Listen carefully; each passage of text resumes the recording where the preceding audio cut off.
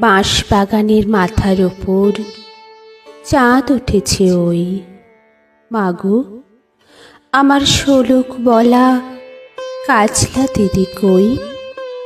পুকুর ধারে লেবুর তলে থোকায় থোকায় জোনাক জলে, ফুলের গন্ধে ঘুম আসে না, একলা জেগে রই। মাগো, আমার কোলের কাছে কাজলা দিদি কই? সেদিন হতে কেন মা আর দিদিরে না ডাকো?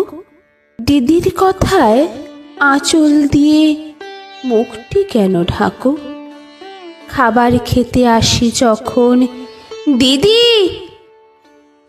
বলে ডাকি, তখন ও ঘর থেকে কেন মা আর দিদি আসে না গো? আমি ডাকি, তুমি কেন চুপটি করে থাকো? বল মা, দিদি কোথায় গেছে? আসবে আবার কবে? কাল যে আমার নতুন ঘরে পুতুল বিয়ে হবে।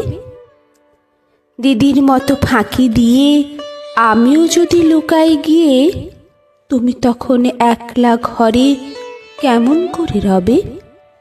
আমিও নাই, দিদিও নাই, কেমন মজা হবে। ভই চাপাতে ভরে গেছে শিউলি গাছের তল। মারাসনি মা, পুকুর থেকে আনবি যখন জল। ডালিম গাছের ফাঁকে ফাঁকে বুলবুলিটা লুকিয়ে থাকে। উড়িয়ে তুমি দিও না মা, ছিঁড়তে গিয়ে ফল।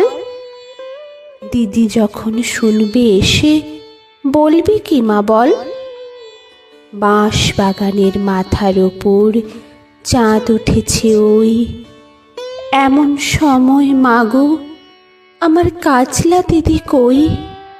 লেবুর তলে পুকুর পাড়ে ঝিঝি ডাকে ঝোপে ঝাড়ে, ফুলের গন্ধে ঘুম আসে না, তাই তো জেগে রই।